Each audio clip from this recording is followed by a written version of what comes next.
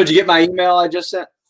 I did not. Hey, we're live. Welcome, everybody, to the Jim and Stu show. Apparently, Stu just sent me an email. So, Stu, talk to the kids while I check for the email that you allegedly just sent. Yeah, absolutely. Well, it was just about what we're going to do today Oh, because the Jim and Stu show is going to segue perfectly today into podcast 104. oh, okay. And you'll like it. It's a good little segue. Okay. Well, guide us, Sensei. Yeah. So, what we're going to talk about today is what we all struggle with every day that you want to post some form of content up, or you feel like you need to post some form of content up and you just don't have an idea what to write about. So, what can I write about? What can I speak about today? Are you stuck with coming up with ideas for content? So, what we're going to do today on the Jim and Stu show is discuss some of the many ways to get ideas for just pure content development, and maybe even show a wizard type of walkthrough that might help you with such a thing. Okay. Well, we can certainly do that. I think one of it comes down to when you're doing something and you're not necessarily doing it. I think it comes down to sometimes it's a question of not having an idea. Oh, good morning, Carlin. Oh, I'm gonna show something real quick. You're gonna have to guide me back to this, Stu. All right, you got it. But I want to share something. Carlin did me a solid and went and left me a really cool review on Amazon for the Copywriting Secrets book. And he took a really, really cool picture. And he really, I mean, that was a really cool thing to do. And I appreciate that very much. Where is that? He's at the Grand Canyon. That's what I thought. Is that like Bright Angel Trail or something? Or It says Bright Angel Trails. yeah, I could see it. Yeah, I've been there. Okay. Been down to the bottom. Well, Carlin owns GrandCanyon.com, and his business is helping people plan Grand Canyon vacations. Awesome. I'd like to stay at the Phantom Ranch down there. Does that still exist? I don't know, Carlin. Does the Phantom Ranch still exist? Maybe we could have, if COVID's ever over, my COVID beard keeps getting longer and longer. But maybe we can have something at the bottom of the Grand Canyon one day. Oh, that'd be the best. A metaphor for Stu will make us run up the trail to the rim of the canyon. It's a long time. It took me and a group of other SEALs. We took a long weekend on a Friday. We got off at noon on Friday. We didn't have to be back until Tuesday morning. And everybody's like, "What do you want to do?" I'm like, "I don't know. Let's go to the Grand Canyon." I'm like, "All right." So we went to the Grand Canyon at the top of the Bright Angel Trail. We left at 6 p.m. at San Diego, arrived in the Grand Canyon like 3 in the morning. We started hiking at 6 a.m. and then we got down to the bottom, and then we got back to the top by 6 p.m. and then we drove back. We stayed at a hotel one night, but yeah, no, that was a whirlwind trip, man. That was a pure 12-hour hike. And that was while you were in Buds? No. We had finished Buds. We were in a different school. Oh, okay. Because I was like, damn, that's yeah. We learn how to drive mini subs. Oh, okay. So anyway, thank you, Carlin. I appreciate that. And yes, I did ask, and I appreciate you doing that. So thank you. Did you see that? The Phantom Ranch is still there. Yeah. Well, cool. Really cool. Really cool place. He said that's my exact next Saturday itinerary. So he'll be walking it's a good hike. The trail. That's pretty cool. Okay, so what were we talking about? Content ideas. Coming up with content. Oh, so I think it's a couple things. I think if you're going to do content consistently, it comes down to you need to have an idea, but you also need to have a motivation. Because it's one thing to do the content, but it's the why. And no matter how easy we make it, reducing it down to hey, you know what? If you had every idea in the world and it was a no-brainer, and then you've got a phone, you've got, I got this little microphone that plugs into my thing so I can have really good audio, but you still got to have the motivation to push the button and make the content. And I know that sometimes that is an issue for some people. And what would you say to somebody about that, Stu? I'm just curious. Well, you also have to just pay attention to things that can inspire you. Okay. Like just what I just went off on a tangent on telling about my trip down the bottom of the Grand Canyon, that could prompt an idea to have some content. Yes. Right. Little things that provoke a memory or provoke, just you flowing with a story. Those are really great things to listen to. And if you're Right. not listening, you can miss those events. Yeah. Like I'm sitting here thinking right now in the back of my head, how can I come up with some kind of a story or training program around, that story of us hiking down the bottom of the Grand Canyon in a day, It's the perfect metaphor. Yeah. So it's you got to listen to it. So my recommendation first is to put it in the schedule as a deadline, because I don't know why it is, but we tend to work better with deadlines than without. Maybe that's some people, maybe it's not all people. For me, I work better with a deadline. If I know I have a 9 o'clock deadline that I have to have, be started on a story, be done by lunch or something. Be done by 9:15. I wish I can have that. I can find something. And there are times when I can't find any ideas to write about. Nothing is flowing. Right. So I usually can I add one thing to what you just said? A deadline. And for me, it's not just the deadline, but it's being accountable to someone else or a group. Because if there's a time and then there's a social consequence for it, then I'm more likely to do it. Well, I will do it. I don't not do it. Right. It's like if people know that you're going to show up and do a webinar on a Thursday at 11 o'clock, or a Wednesday at 11, like we do in the Jim Edwards Method Premium, or Tuesdays at 11 o'clock, like we do in Funnel Scripts, or it's a regular thing where people are waiting, and you're going to disappoint someone if you don't do it. I think that's another part of the magic combination. So if you can imagine, I'll draw my little Venn diagram in the air. You got to have a deadline. You got to have some social consequences for it. And then you got to have an idea. And if you've got that, then the chances of you creating some content are pretty dang good. That's good. I like the Venn diagram idea. Did you like my? And I can do it in 3D too. And I can see it. I can see it in my mind's eye. In your mind. No, another thing I do too is I just leave. Oh, hey, Mr. Pickles. What's up, Stu? Except my voice didn't activate, did it? No, I missed the pickle voice. Software updates. Yep. Hey, so here's what you got to do. If you're go through this 1, 2, 3 punch, all right? You need an idea. Leave your house, get out of the house, go for a walk. 10-minute walk. Yeah. Walk the dog, breathe some fresh air, whatever that is, and then come back. Yep. Sometimes you just need a little break from what you're looking at and just reset everything. There are some science behind that too, that your short-term memory kind of rechecks itself as soon as you walk out of a door, right? That's why it's so hard often to remember your grocery list if you didn't write it down when you get into a grocery store. You might have said, I need bread, milk, and butter. And then you go to the grocery store and you're like, damn it, what did I need? The 3 B's.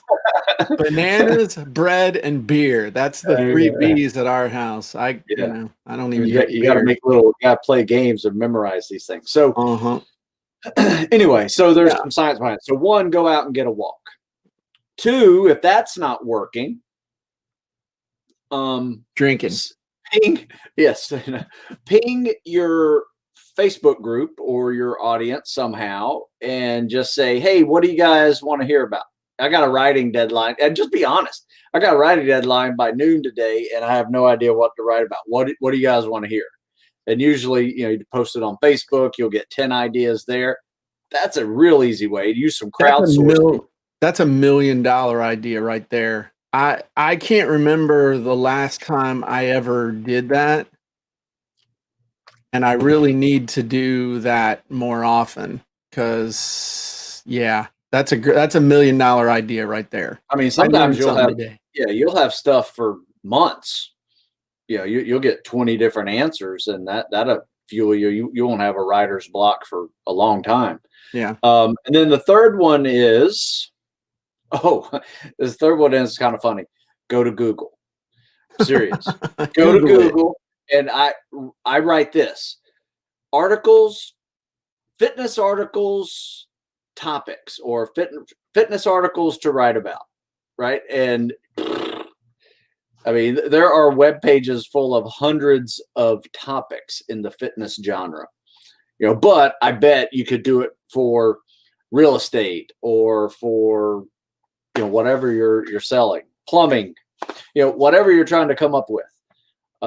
You can definitely get some ideas going by Google. And sometimes you don't even have to finish it. You just start typing, and like the pop down ideas, finish your thought for you, and you're like, I never thought about that one. That's a good idea.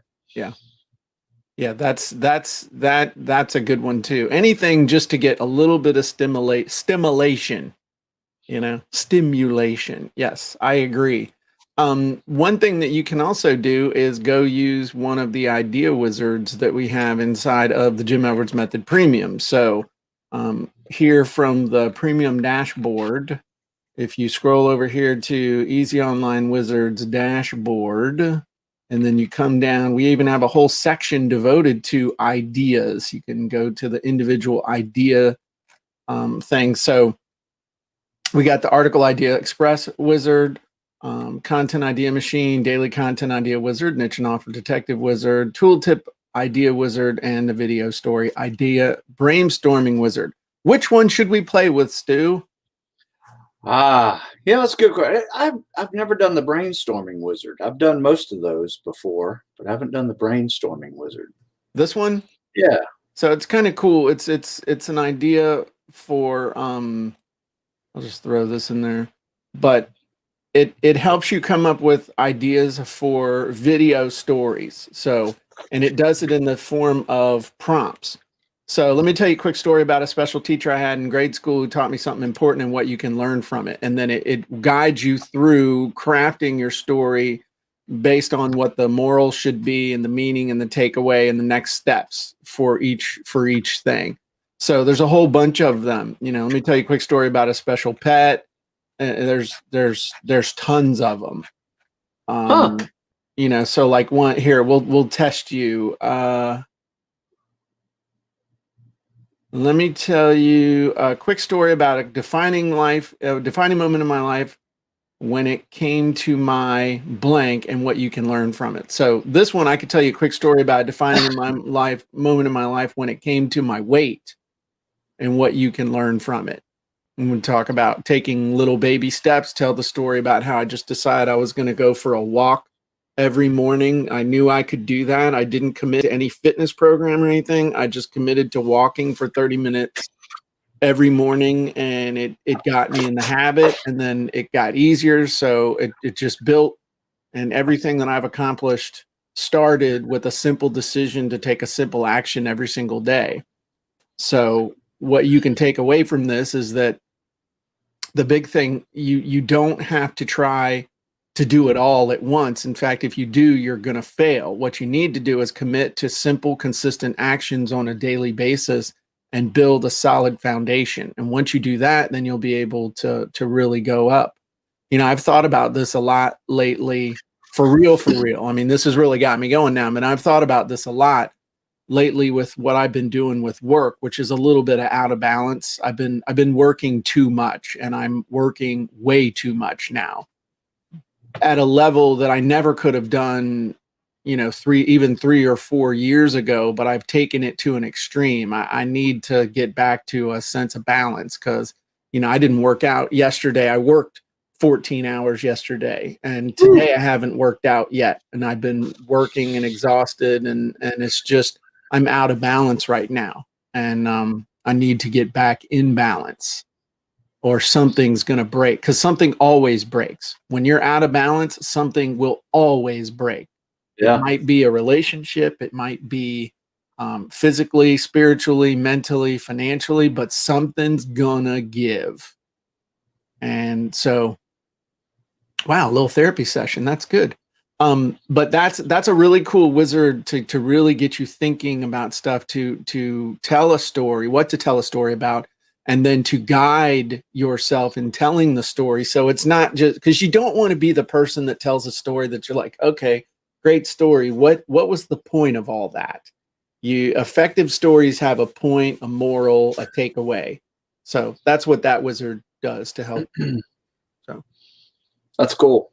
Yeah, and whether that is a full story or just a blog post, right? I've written both. And sometimes your blog posts, if you're trying to come up with a blog post or an Instagram post, maybe go grab something from a previous article that's just a part of that article and put it into a blog post. Then you can link it and see the full article or something like that. I did that yesterday on Instagram. Showed an old picture of me at 18 years old. My son just turned 18 years old. Oh, okay. Well, you need to show us that. Oh. Nah, go ahead and show your screen. Come on now. All right. By the way, and they show this on Facebook, so it's okay. But tomorrow is Stu's birthday, so we won't be seeing him. So watch this. Happy birthday to you. Happy birthday to you. Happy birthday, dear Stu. Happy birthday to you. Dang, that's really good. It's amazing what that auto tune can do. So there you go. That actually sounded good. Thank you. All right, hang on a second. I have to scroll out of. I had my. You looking at dirty pictures over there or something? No. I had it pulled up so I could only see what you had written down there. Oh, okay. So you want to see my screen, huh? Yeah, you got to show your screen. I want to see what you look like at 18. Is that the one with you and your powerlifting belt on and stuff when you were in the weight room in your jeans? Yes. Can you see that? No, you got to share your screen. Man. Oh. Now can you see it? There you go. Excuse me. All right, so this is me at 18. I was lifting weights, and I was trying to be cool, lifting weight. Back in the 80s, you had these guys that would lift weights in jeans and work boots. Yeah. Right? They were just, I think they were called the Barbarians or something, and they were just jacked dudes. But anyway, I'm trying to look cool here, but the note below tells another story, right? A few months after I took this picture, I was a senior in high school. A few months later, I was 18 years old. I failed my first fitness test, at the Naval Academy. I could press a truck and, good football shape, but running anything more than 100 yards was long distance. It took me a year just to become a better student in midshipman. It took me another year to become a better spec ops candidate. It took me another year to be prepared for buds. So it's just a little bit of a kind of a story within a cool flashback picture. Very cool. But I'd written an article about preparing, and sometimes it depends on your athletic background on how that timeline works out for you.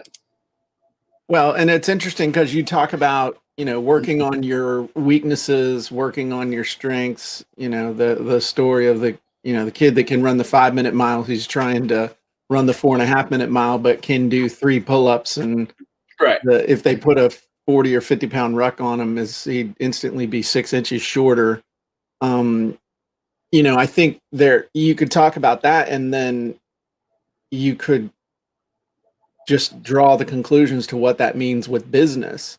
You can be really, really good at something, and that's great. But if that's all you ever focus on, you're going to suck so badly in all the other areas that the fact that you're awesome in one area is going to not really make any difference whatsoever. Yeah. So that's pretty good. That's awesome. Well, is there anything else we would like to talk about? Any other idea wizards you'd like to see, or shall we move into the podcast? Well, hang on a second. Sorry. We have people listening and being a part of the show, and everybody saying happy birthday. Thank you. Somebody say John Melendez is saying, how'd you do that, Jim? What app is that? So that's for me to know, and that's for me to know.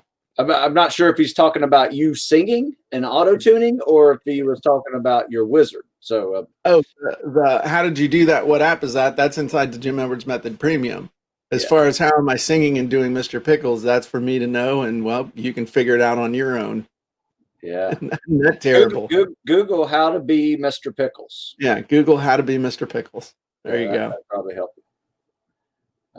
Let's see. Oh, here's another one. Bob says, go to Amazon and look at books for your subject, get ideas. Amazon, read bad reviews, get ideas. Maybe stuff you left out of a book that people need to know. Yeah. Or just looking at the description of the book and what they're going to teach you and say, oh, I know that. I could do something on that real quick. Yeah. That's okay, somebody says, would that just be any topic you crowdsource for? I guess you could crowdsource for any topic. Yeah. I could crowdsource for an idea, or what's your biggest question about, at-home jewelry making, but I don't think I'd be real good at answering the question unless there's something I haven't been telling you guys.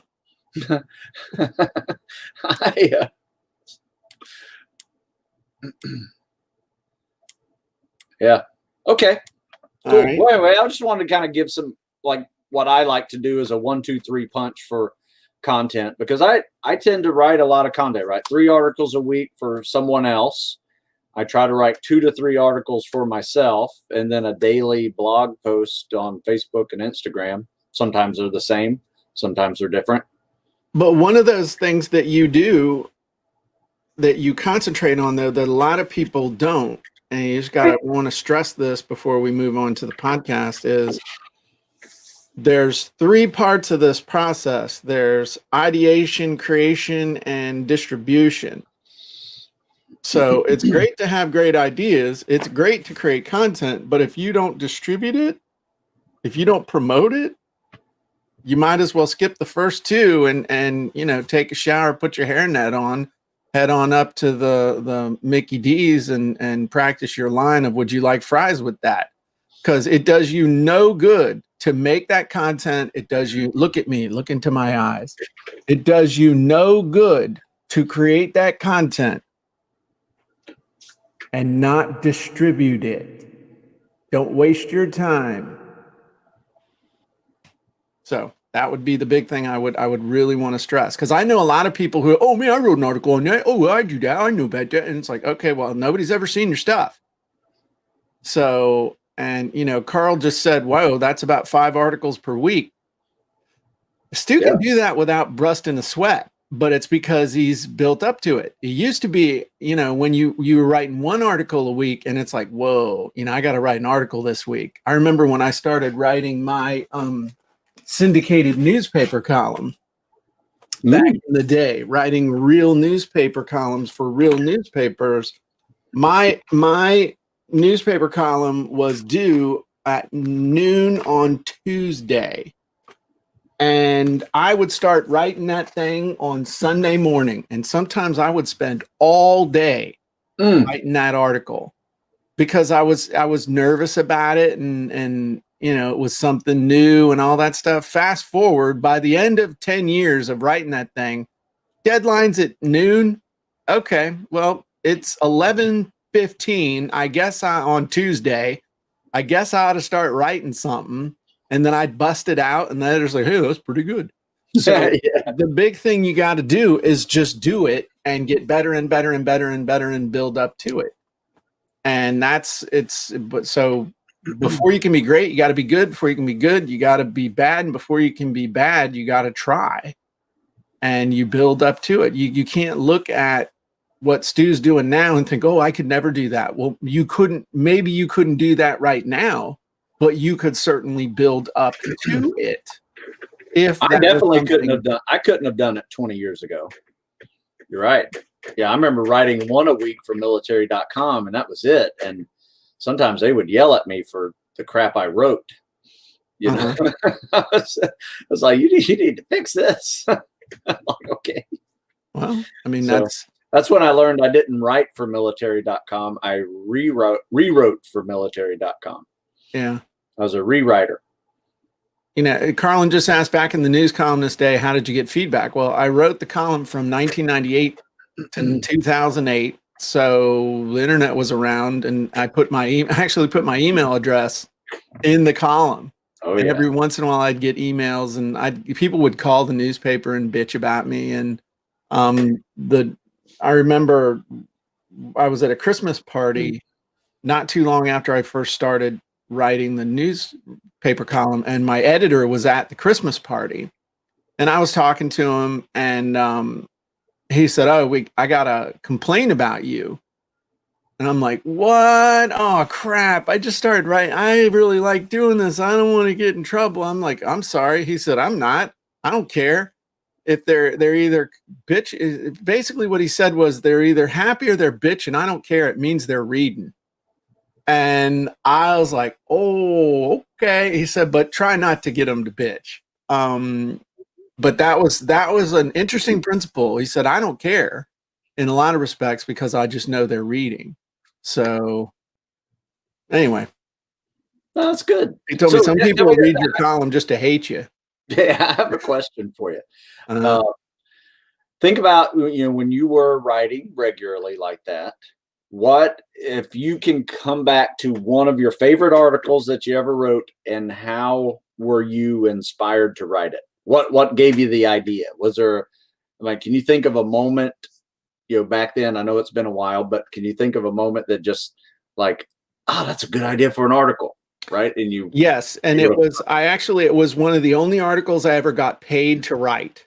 That they were like, this is so good, we want to run this in the regular, not in your column, but we want to run this as an article. And the title of it is Limewire, the New Napster. Because this was back when Napster was, huge news, and all the piracy and other things that were going on. And Napster was getting crushed, but all these other things were coming along to replace it. And publishers were really worried about this stuff. So I was like, hey man, once Pandora's box is open, this it's out. And so I wrote an article about a service called Limewire that was doing the same thing as Napster, and how you'd never be able to put the genie back in the bottle. And so it was, in fact, some of the most successful articles I've ever wrote were about, is this the new this? Because people, and I never thought about this until this very moment, but looking back, it's because people are familiar with something, and when something's at the pinnacle, then there's nowhere to go but down. So is something going to replace it? Is it going to disappear? Is the king going to get knocked off the throne, type of thing? Or, you could use it in political arena. You want to talk about getting some clicks? Do an article with the title is Josh Hawley, the New Donald Trump. You could blow up somebody's server. And I'm just think now I'm really riffing right now, but is this the new this? Is that going to That's a get, good idea. is this the Amazon killer?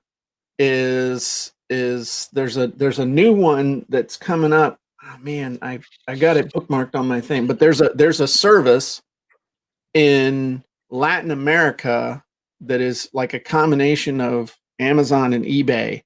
You could get a lot of clicks with, is such and such the Amazon killer? Is such and such going to make the Amazon dry up? That would be kind of a cool thing you could do like that. Is such and such Mark Zuckerberg's worst nightmare? Is Parler what's the guy's name? The owner of Jack Ma or no, Jack Ma is the owner of Alibaba. Yeah. That's what I thought you were talking about. There's that play, but you got to be careful because that's like the boy who cried wolf kind of thing. If you overuse it, then people, but that's really powerful. Looking back, those are the ones. Jack Dorsey, somebody just said, why is Jack Dorsey afraid of Parler? I mean, why is well-known person afraid of small upstart? There's that kind of stuff. Why is Salesforce scared of ClickFunnels? Because you can also hook two audiences that way too. The people that love and hate the thing at the top, and then the people who, it's why we always root for a winner and we always root for an underdog too. People love to hate the person at the top. You asked the question and I just brainstormed the answer. That's great. I wrote that idea down. That's a good idea. Is this the new this? Is this the new Hell Week? I mean, I don't know. Anyway, is this the new push-up? Yeah, is this the new push-up? Yeah. Doesn't the Army make people do it now, where you go all the way down and put your arms out and come back up? And release push-up. Is that harder? It's slower, and it reduces any ability whatsoever to cheat. You know how you get those half push-up deals going on? I mean, you can't cheat if you're going all the way down to the ground and lifting your hands off the ground, and you got to go all the way up. So it's yeah. Interesting. Okay. Well, I think Denise the new Jim. That's funny. Is Jim Edwards the new Frank Perdue? Oh my God. Well, what you can also do that's kind of cool is using an unknown fact about yourself as a curiosity driver is another cool thing you can do to dimensionalize yourself to your audience, either new or existing people. What a part-time chicken rancher knows about book publishing that you don't. Okay, how a part-time chicken rancher became a multi-millionaire selling ebooks. What a former Navy SEAL knows about pickle juice. That's a really cool combination as well. Different stuff. What a grandpa of three. How this grandpa of three did 36 pull-ups in a row. Do you see? It's that dichotomy. It again. If there's a contrast and a curiosity element, you can throw that in.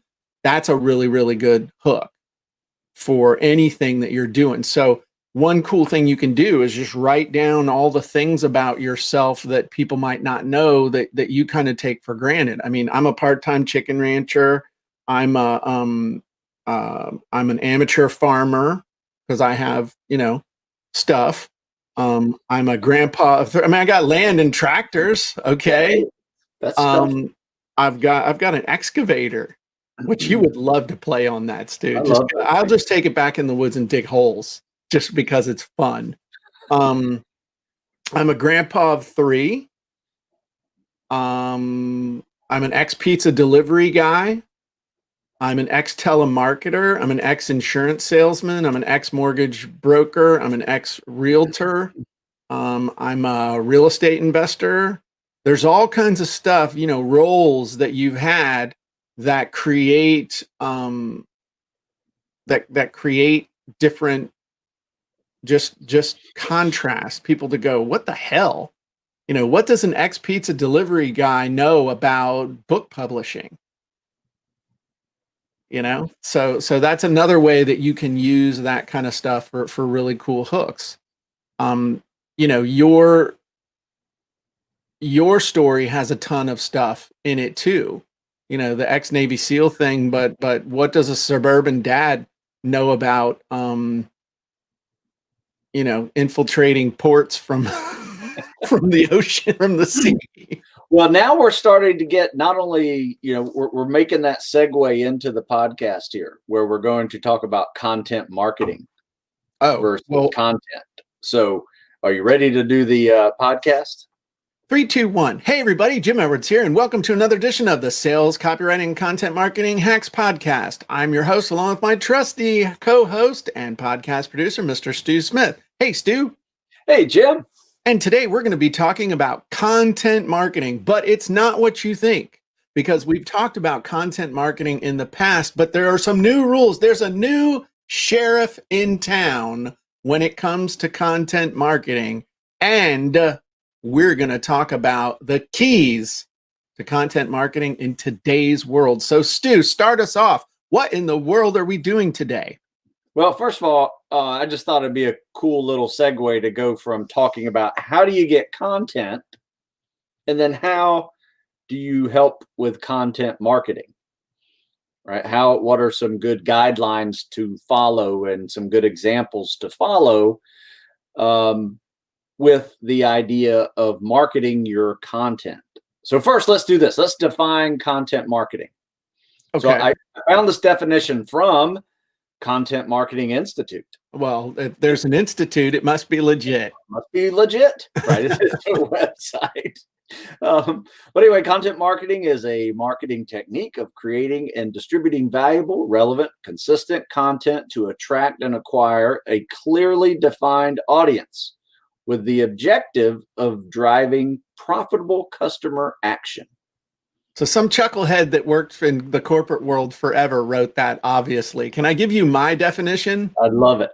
My definition of content marketing is creating cool content consistently for your target, that your target audience is interested in, that you use to prove your expertise and to build a following that you can ultimately turn into money by having people buy your stuff or buy other stuff through your affiliate link, because they know you, like you, and trust you. That's why. That's what it is. That's my definition. Yeah, I would also say that content marketing is providing your audience some valuable tool or information, or, I hate to use it, tips and secrets and strategies, but just something that, just like, oh, that's a good idea, right? And in bite-sized chunks too. Yeah, without necessarily selling anything. Right. Yeah, but you're creating a world in which people are starting to trust you for your information, right, because it is sound, and they'll be willing to buy from you later. Yes. Isn't that what I said? Yes, I'm just saying it a different way. Let's just give my definition. We need to create the Jim and Stu dictionary. Yeah. So I think the biggest thing, though, is that most people try and think of content marketing is that it should immediately, like you said, it should lead immediately to the sale, and that's not the purpose. The purpose of content marketing is to build a relationship, to build a trusted relationship, and to be viewed as a trusted source of information that's specific to something that they're interested in or something that they care about.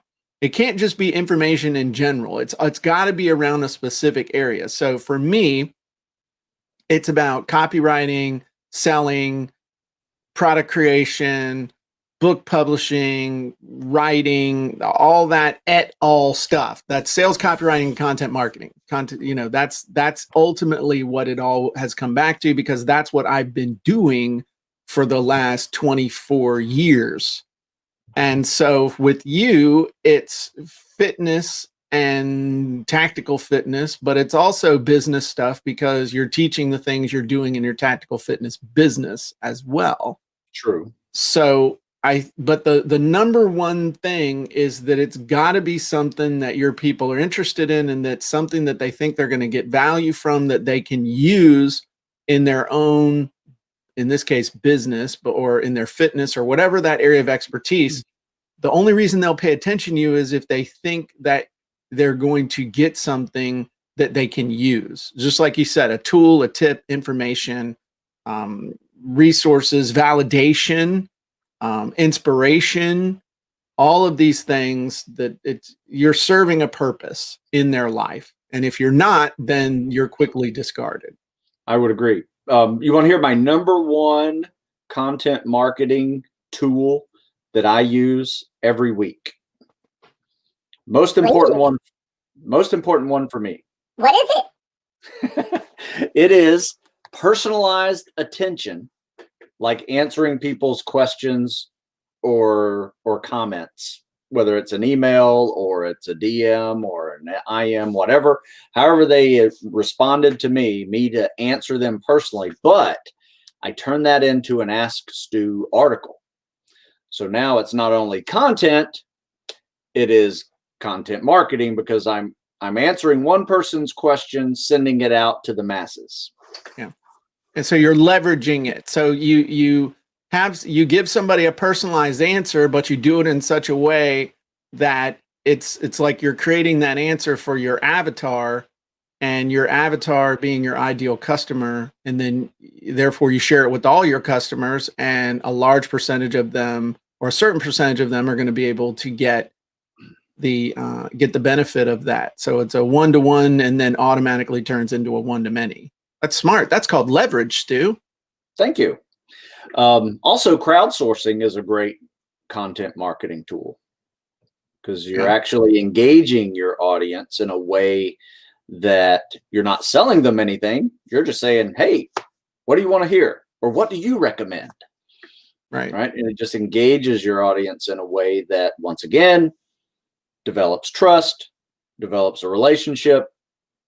And it paves the way for the sale later too, because they're like, I wonder what Stu's working on.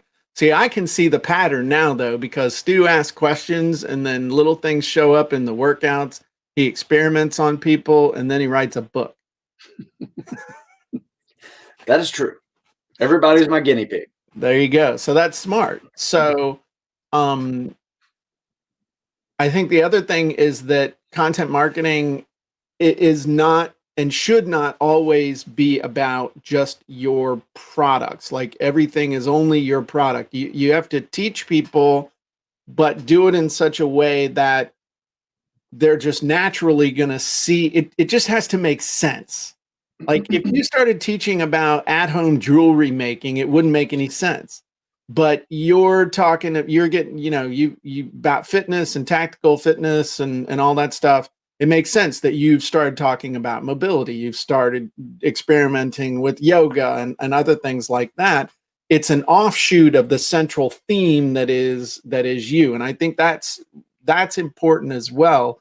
If everything is always just a blatant pitch for your stuff, it doesn't work.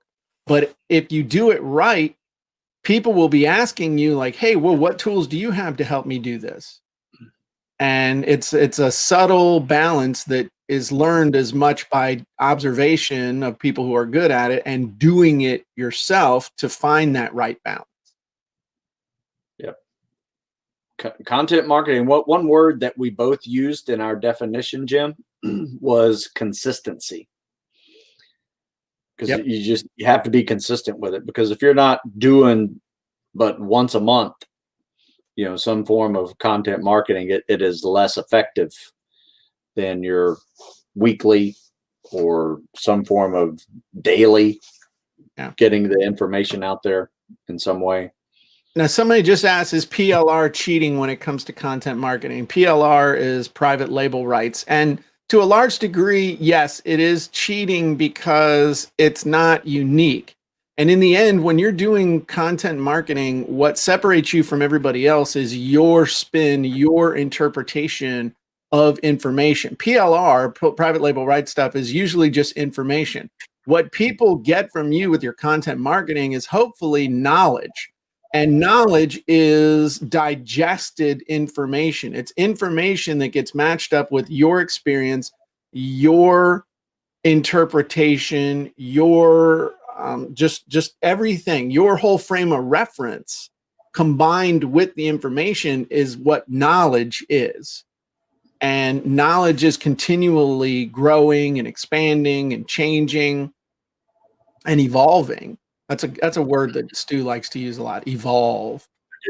It's evolving, and so it's in anything. PLR is you cheating yourself and you cheating other people of that mastery that is what people are hungry for. Any chucklehead can go get PLR and throw it up and build a superficial following of people who just know less than they do.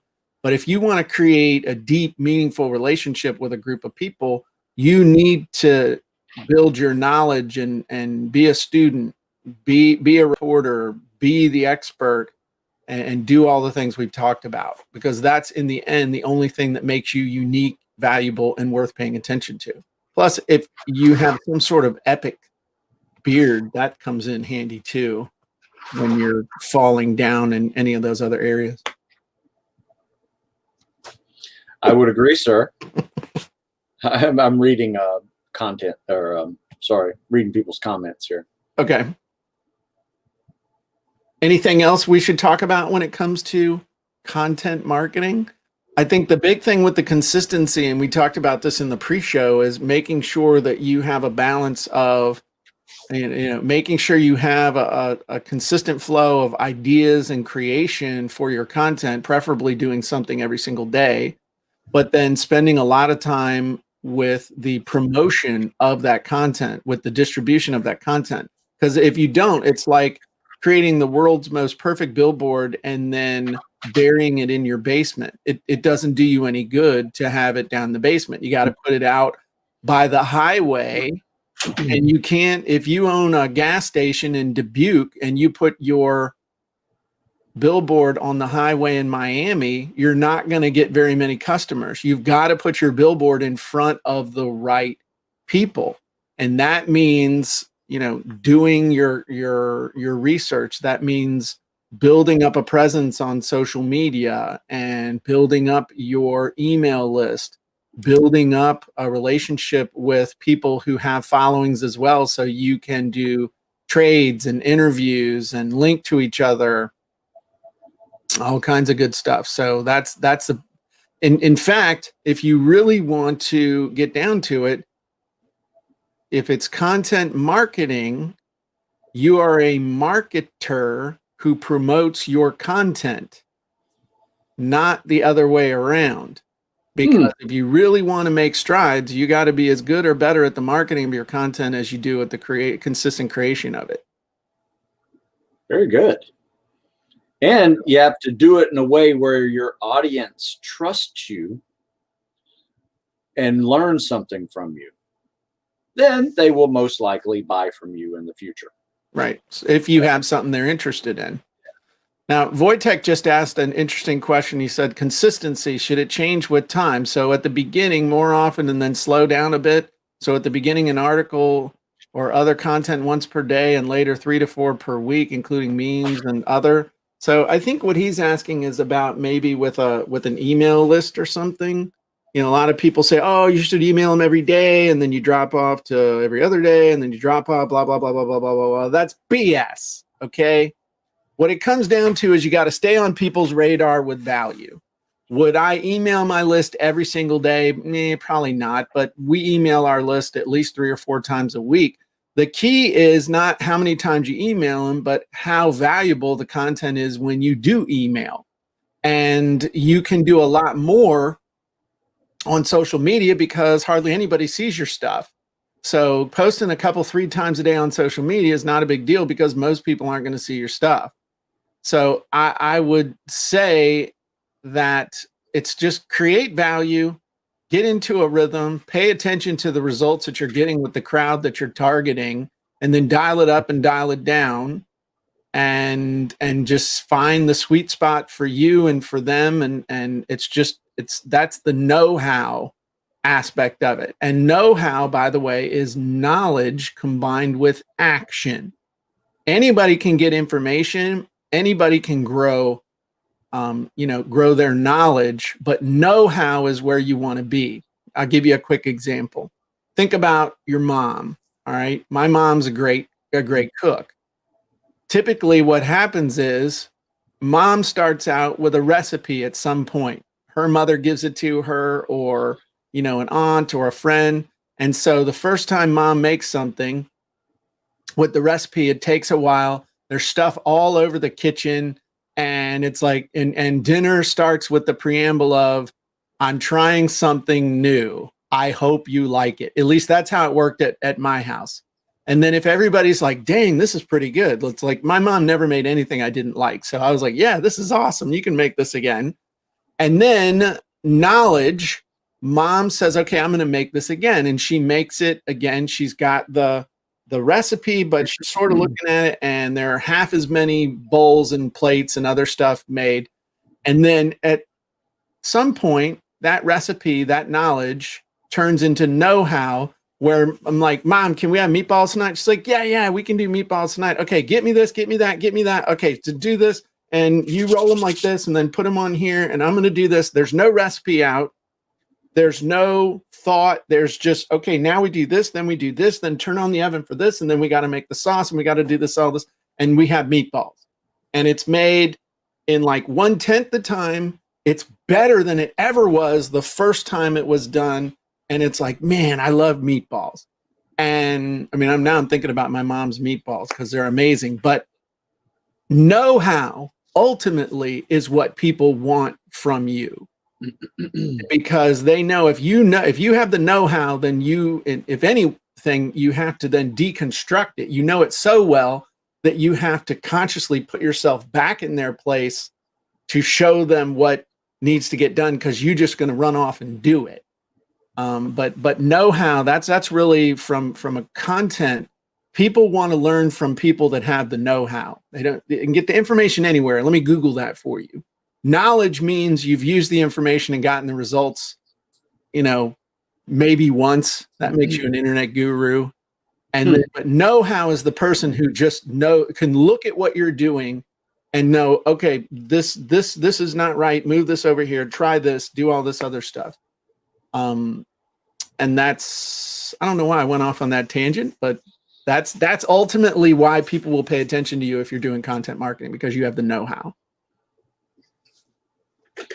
I don't have anything to add to that, Jim. Okay. That's good. You've answered all of my content marketing questions. Well, cool. We've got 2.5 minutes left. Yeah. So we did have a question here. How do you promote a nonprofit to get money? Yeah, you promote. That's easy. Who's your target audience? The target audience is not the nonprofit. The target audience is the typical person who contributes to that nonprofit. What does that person get in the way of a desire satisfied or a problem solved by contributing to that nonprofit? So when you're promoting that, you don't promote the fact that it's, like I know somebody that creates opportunities for people to do fundraisers with coffee. And they originally were focused on people who liked coffee. And that didn't do real well. But when they started focusing on people who wanted to help a specific charity and they like coffee, so by doing something you're doing anyway, you're able to support a charity and get some of the, whatever not free range, I'm thinking of chickens, but what's it called when everybody's in a phrase that they use a lot where the people who grow the coffee and pick the coffee are included in the whole deal. And you know the thing I'm talking about, it's a phrase that indicates it's equitable for everybody involved. They're not exploiting the workers. Somebody will know what I'm talking about. So that's God, it's on the tip of my tongue, the thing, but anyway, as soon as you focus on the payoff for the person of supporting the charity, that's when you're going to cooperative. That's what it is. That's not sharecropping, dude. That's like, my God, I'm gonna get shut down by Facebook. Fair trade, I think, is what it is. Fair trade, something, but they're gonna get shut down by Facebook for just even saying the words sharecropping. I've totally lost my train of thought. Oh, the big thing though is that you got to focus on the payoff for the person that's coming off with the money. So you build a bridge between what the charity does and how they do it, and the payoff in the feelings for the person that you're soliciting the money for. So you remember when we were kids, TV, every Saturday there were ads on around cartoon time for Care that showed the little kid in Africa with the fly in his mouth. And a mom or somebody would see that and be like, dude, we got to give $10 a month. We got to do something to support this, because I can't imagine a child living like that. So you're given the money in order to, in order to make yourself feel better, to feel like you're solving a problem. The big mistake people make is not focusing on that and focusing on what the charity does. That's like we talk about in sales copy of talk about what it does, not what it is. Got to focus on the result. So, hey, real quick, play on their last emotions. question. It should be a quick answer for you. This is from Steven. I think one of my buddies. He's a firefighter, I'm pretty sure. Is there a magic number of followers before committing the time to creating a course? I don't think so. If you know there's a market for, in other words, don't create a course and go look for a market. Find a market in need of a course. And when you create that course, I would do it to as much of a market as you have, to as much of a following as you have, see if people will sign up for it. And then once you've got the course, go find the people who've already got the ear of that audience and offer them a 50% commission to sell your course to their list. And that's how I built my business for the first 5 years of my business. I never bought an ad. That was how I did it. That was how I built up my business. Hugely, big league, and really, really fast. So That's what I would tell you. But don't make the mistake of making a course and searching for an audience. Find the audience and make a course for them. So cool. Well, thank you everybody for joining us for the Sales Copywriting Content Marketing Hacks podcast. This has been a lot of fun. Go do some content marketing. If you'd like some help with your content marketing, make sure you are a member of our group on Facebook, the Sales Copywriting Content Marketing Hacks podcast or group. Make sure that you also pick up a copy of my book, Copywriting Secrets, which one of the things we talk about is the difference between content and copy is nil. And if you want to get in great physical shape, where should they go, Stu? StuSmithFitness.com. I thought you can tell them to come to your house in Severna Park, but I was like, okay, yeah, come on over. Hey, real quick, in your comments section, what would you guys like to hear us talk about next week? I see what you're doing there. You like that? Smart. I like it. So let us know. What do you want us to talk about? Otherwise, we'll talk about what we want to talk about. It may not be what you want to talk about. But if you don't tell us what you want to talk about, then we'll talk about what we want to talk about, and we won't talk about what you want. That's what I'm talking about. All right, cool. Oh, Carlin says the hero's journey. I love Oh, talking about the love hero's that one. journey. That's a classic. That's a good That'd one. be a good Jim and Stu show one. Okay, well, we'll talk about the hero's journey next week. Nice. Yeah. Well done, Carlin. All right, and life rewards the fast actor too. There's a good example. You might be sitting there thinking, well, you know, what would I want? Nope, we're doing hero's journey. All right, everybody have a great day, and we will talk to you soon. Thanks, Stu. Great job.